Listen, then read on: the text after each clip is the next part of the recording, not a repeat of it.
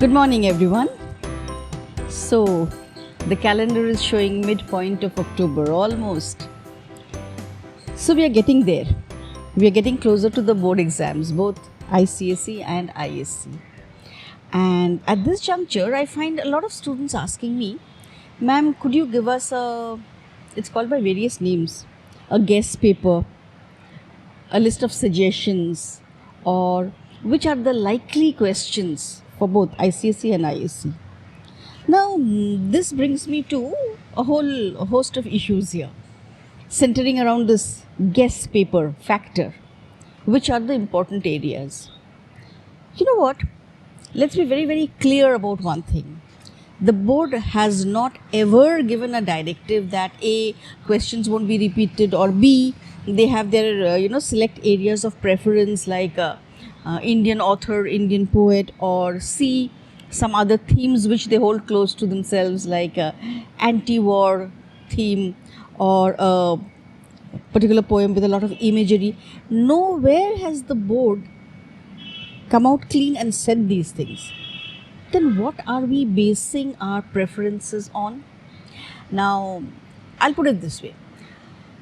Students are actually asking which are the poems, which are the stories, and which parts of the play should we focus on and eliminate the rest.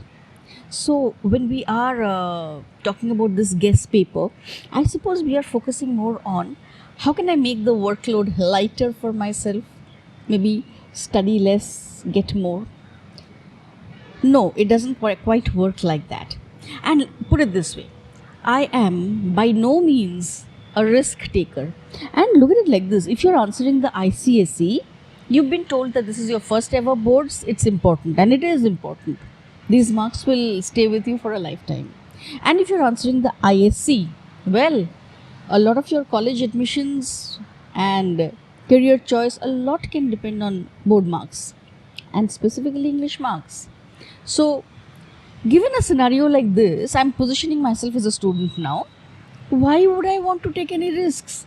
No, risk taker I am not, adventurous I am not, but I am that student who is trying to get maximum marks.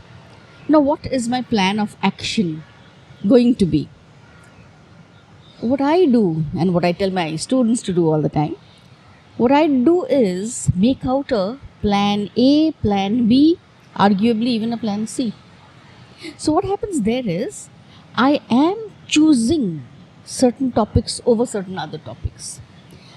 And this method of selection, elimination is based on a lot of concrete facts. Look at it like this. How does this breaking up into plan A, B, C, how does this go? Take each book at a time. Suppose I'm looking at prose. Now you'll notice the selection of books for the boards, ICSE, ISC, change every 4 years, 5 years max. So you only have a check back for 4-5 years board exams, which were the questions asked. So now you go that way. First we fill out plan C. Sounds funny, no? Usually you would want to check out plan A first. How do you do that? Whatever has been asked in the last exam, which is your 2020 board exam, it's unlikely, it's not impossible, but it's unlikely that the board will again choose those same topics.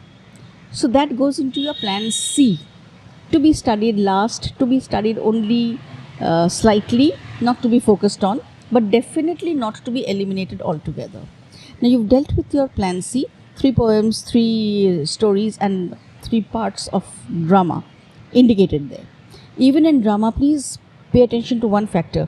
If there's a question from Act 3, please don't eliminate Act 3 altogether or put the whole of Act 3 in plan C. Specify what question was asked just around that area. They are likely not to repeat, likely not to. Now go over to the other poems. Now you've got some poems and some stories left. Now make a list of those poems which you find easier. Please note, you find easier. Could be for reasons of size, could be because that's come to you with more clarity, could be because you have a lot of backup material as in notes written, answers done. So the ones you prefer fall into plan A. You've got some poems there now, some prose pieces there now, and whatever is not in A and not in C now falls into plan B. So now you have your plan A, plan B, plan C in place. Now study accordingly, meaning put maximum attention, give a lot of time, effort, energy to plan A, a little less to plan B. Plan C you can actually afford to do much later. Okay, how does this position you better as a student? See, answering a board paper is also about answering, or is also about some choice. The board paper gives you some choice. Point is, notice carefully, what is this choice? Suppose I'm given 5 questions and I have to answer 3. A student might say, well, I know this, this and this, the other 2 I don't even know. There you are, bingo, I've got my choice. No, you haven't. You just had enough to manage. That is not choice. The ideal choice would be 5 questions are given, you've got to answer 3, you know 4 very well, and even the 5th you can somewhat manage. Now you've got a choice. So now you're picking which is the answer that I choose to write now, which I can do justice to in terms of the material that I know and in terms of time that answer will likely take. Now when you proceed, your answers, your paper will be markedly better. So this is ideally how we go about it. We don't look for guest papers. We don't look for suggestions. They don't work beyond the point. But this matter of plan A, plan B, plan C works beautifully. You're leaving nothing to chance. Why won't it work? You've heard this adage again and again. Don't work hard, work smart. Plan ABC gives you that dimension of working smart. There you are. Gear up. Boards are around the corner now. The calendar is telling us so. All the best.